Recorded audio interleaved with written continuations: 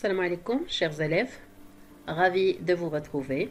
Bienvenue sur Orga Facile et merci de me recevoir chez vous. Comme prévu, je vous ai expliqué dans la vidéo de bienvenue qu'on va commencer par le chapitre stratégie. Et je vous propose, dans cette première séance, de revenir sur l'origine du terme stratégie. Alors, il faut connaître que le mot stratégie retrouve son origine dans l'étymologie grecque, puisqu'il est constitué de deux racines. Stratos, qui veut dire armée, et agène, qui veut dire conduire. Les deux mots donnent une première signification au terme stratégie. On dira donc que c'est l'art de conduire la guerre.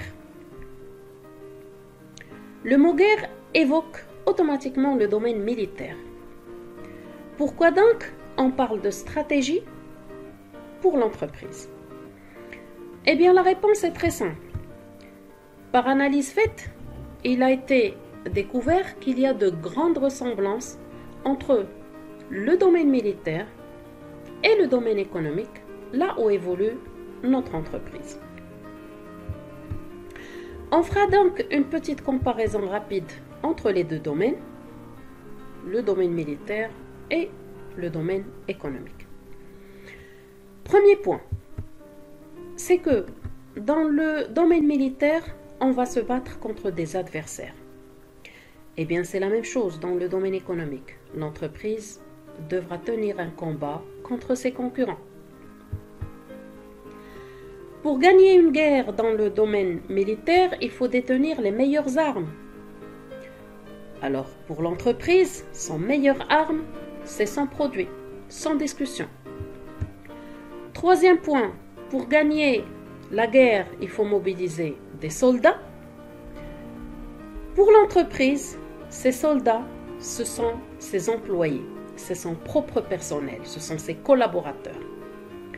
Point commun entre les deux domaines, c'est que pour atteindre son objectif, il faut élaborer une tactique solide. Donc, dans un premier niveau, il faut concevoir une meilleure stratégie. La définition militaire du terme stratégie donne ce qui suit. C'est que la stratégie, elle détermine 4 points essentiels. Le lieu, le moment du combat et les forces nécessaires pour le mener. L'objectif étant l'anéantissement de l'ennemi. Anéantissement qui vient du verbe anéantir, qui veut dire détruire. En arabe, on dira al-qada' ala al-adou ou ala al-khasm. Par application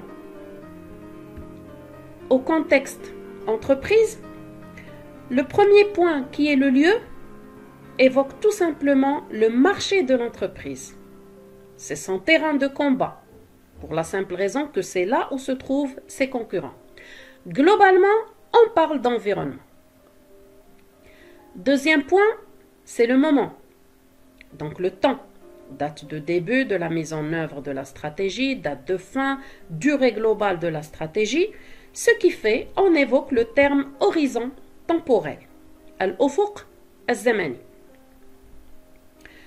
Pour ce qui est des forces, c'est l'ensemble des moyens dont dispose l'entreprise avec lesquels elle va affronter ses concurrents. Le premier élément basique a été déjà évoqué, c'est le produit. On le reprend tout en évoquant une nouvelle notion, c'est la qualité du produit. Notion que vous avez étudiée déjà en première année, au même titre que le contexte environnement. De toute façon, on va les revoir par la suite en détail, ainsi que presque tous les éléments. Ça, ce n'est qu'une introduction. Deuxième point de force pour l'entreprise, c'est son prix. C'est vrai, il faut détenir un produit de qualité, mais il faut détenir, il faut appliquer aussi le meilleur prix sur le marché. Il y a d'autres forces qu'on va détailler par la suite.